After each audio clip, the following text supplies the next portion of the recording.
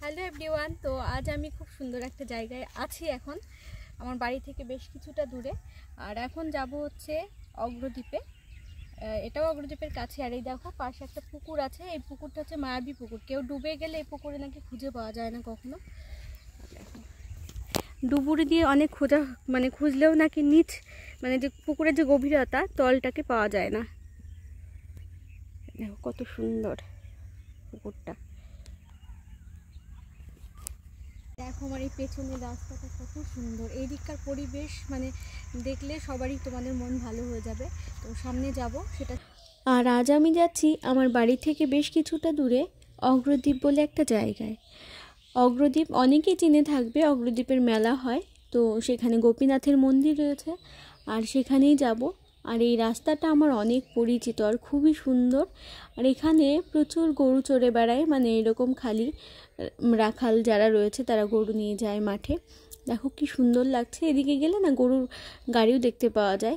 আর সাইডে রয়েছে খুব সুন্দর একটা নদী। এই নদীটা গঙ্গায় গিয়ে মিশেছে। তোমাদের সাথে সবটাই শেয়ার করব, আর দেখতে থাকো। আর যারা বৈষ্ণব রয়েছেন বা কৃষ্ণ ভক্ত রয়েছেন তারা তো অবশ্যই জানেন যে গোপীনাথ কে, আর অনেকে এখানে এসেছে। আর দেখো চারিদিকটা কত সুন্দর। এই মাঠগুলো যখন বর্ষাকাল থাকে পুরোটাই জলে ভরে যায়, গঙ্গার জলে, মানে জল এসে এখানটায় পুরো প্লাবিত হয়ে যায়। আর এখন জল থাকে না, এখানে চাষ করা হয়েছে। তো চলো তোমাদের সাথে শেয়ার করছি। তো আমি চলে এসেছি আমার গন্তব্যে। আর বর্তমানে গোপীনাথের দুটো মন্দির, একটা পুরনো মন্দির আমি যে স্থানে রয়েছি সেখানে, আর একটা নতুন মন্দির যেখানে বর্তমানে বিগ্রহ রয়েছে। আর এই যে মন্দিরটি দেখতে পাচ্ছ, এটি হচ্ছে গোবিন্দ ঘোষ ঠাকুরের সমাধি মন্দির। গোবিন্দ ঘোষ ঠাকুর এই স্থানে বসে মহাপ্রভুর পূজা অর্চনা করতেন। তো ওনার মৃত্যুতে স্বয়ং মহাপ্রভু নিজে হাতে গোবিন্দ ঘোষ ঠাকুরের শ্রাদ্ধ শান্তি করেছিলেন। আর এই যে দেখলে, এটা হচ্ছে পুরনো মন্দির। নতুন মন্দিরেও তোমাদের নিয়ে যাব, তার জন্য সম্পূর্ণ ভিডিওটা তোমরা দেখতে থাকো। আর দেখো এই গাছটিতে কত মানুষের মনস্কামনা বাঁধা রয়েছে। তো আমার ভগবানের কাছে কোনো কিছুই চাইবার নেই, শুধু ভক্তি ছাড়া। তো এখানটা একটু মানে খুবই শান্তি লাগছিল এই প্রাঙ্গণটা, আর এত নিস্তব্ধ, খুবই ভালো লাগবে। তোমরা যদি কাছাকাছি কেউ থেকে থাকো অবশ্যই এখান থেকে একবার ঘুরে যাবে। তো এখন যাচ্ছি আমি নতুন মন্দিরে। ওই যে দেখতে পাচ্ছ নতুন মন্দির, চলে এসেছি। তো এটা হচ্ছে নতুন মন্দির, 4টের পরে গেট খোলে, তার জন্য একটু অপেক্ষা করছিলাম। আর এখানে দেখলাম বর্তমানে অনেক কিছু সংস্কার চলছে, পাশেও নতুন কিছু করছে হয়তো।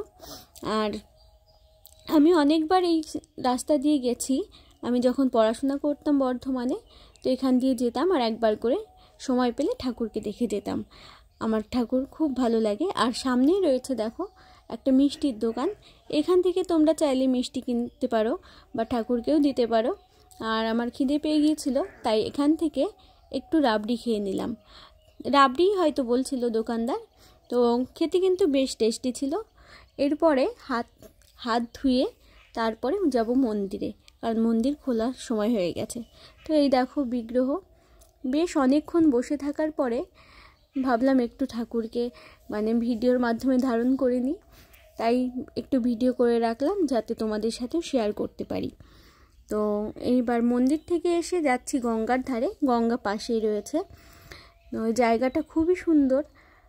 এখন গঙ্গার জল অনেকটা কমে গেছে, কিন্তু বর্ষাকালে বা অন্যান্য সময় প্রচুর জল থাকে। কাছ থেকে যদি দেখা যায় পরিবেশটা খুবই সুন্দর।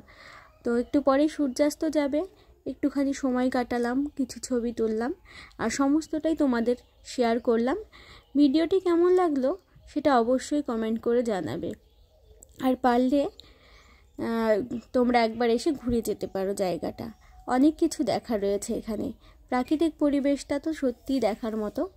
তোমরা সম্পূর্ণ ভিডিওটা দেখলেই জানতে পারবে। আর কেমন লাগলো আবারও বলছি, অবশ্যই কমেন্ট করে জানিও। আর যদি ভালো লাগে তাহলে অবশ্যই আমার চ্যানেলটিকে সাবস্ক্রাইব করে দিও।